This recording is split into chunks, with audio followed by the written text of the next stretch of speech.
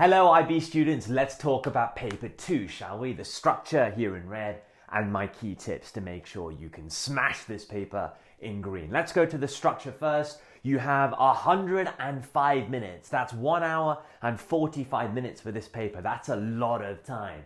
You're going to have a choice to make between two big questions. Those questions can be about anything in the course. In truth, they're going to be synoptic.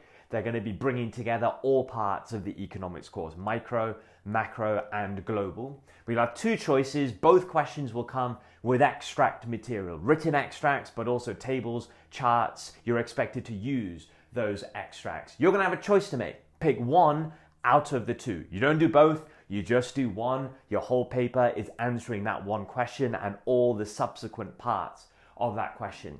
Each question will be structured exactly the same, so in that sense, doesn't matter which one you pick. The actual questions within are going to be all the same format. You're going to have two 2-mark questions. Following that, you'll have a further 2-marker and a 3-marker. One of these will say draw a diagram. One of these will say calculate. You'll then have 4 4-mark questions, and you'll finish with a big 15-mark question, a very similar style of 15-marker as you have done in paper 1, with a couple of subtle differences, as we mentioned in my 15-marker video previous. You're going to have 5 minutes reading time again, which needs to be used very well. So now my tips to make sure you're preparing for this exam paper perfectly, but also when you're actually sitting the exam, you're going to be nailing it. You're going to be getting the highest possible marks possible. You're going to be feeling really confident. First tip is be quick with all the questions up until the 15. In truth, all the questions before the 15 are absolute gifts. They are wonderful questions. All they're testing is your knowledge, your theory. So if you revise really, really well, those questions should be so simple for you. It should be relatively simple for you to go through these very, very quickly. And if you do, you should leave yourself 55 minutes for that 15 marker. That's the same time you should be leaving yourself for the paper 1 15 marker. And that will mean you can do a great job on that 15 marker. That means 50 minutes for all the other questions. That should not be a problem. There should be no time pressure if you're smart, and you should still be able to get the maximum marks following this time work.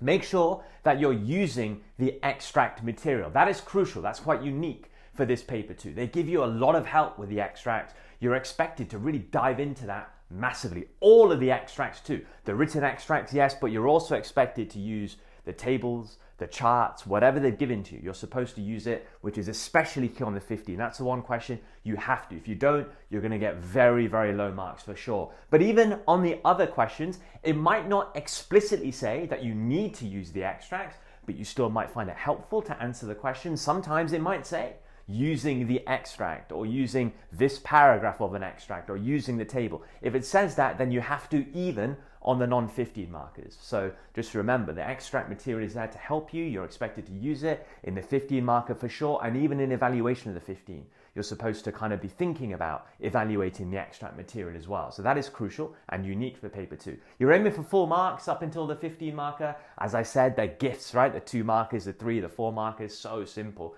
You should really be thinking this is a chance to shine, to get full marks. Practice is what's going to help you get there. Practice these questions in your revision. And yeah, that should be very doable.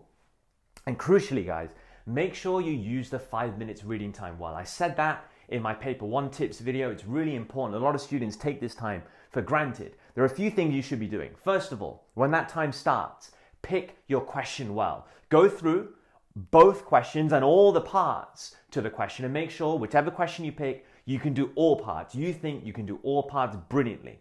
I wouldn't weigh up one question more than another. Don't just look at the 15 and think that's the crucial part, because there are so many other marks to be gained. As I said, you want to be getting full marks up until the 15. So make sure all the questions you're relatively confident with and pick accordingly. Then you want to be reading through the extracts. That could be a useful way to use the 5 minutes, get awareness of what the context is. But also start mentally planning for the 15 marker in particular, and any other questions you think are a bit more challenging.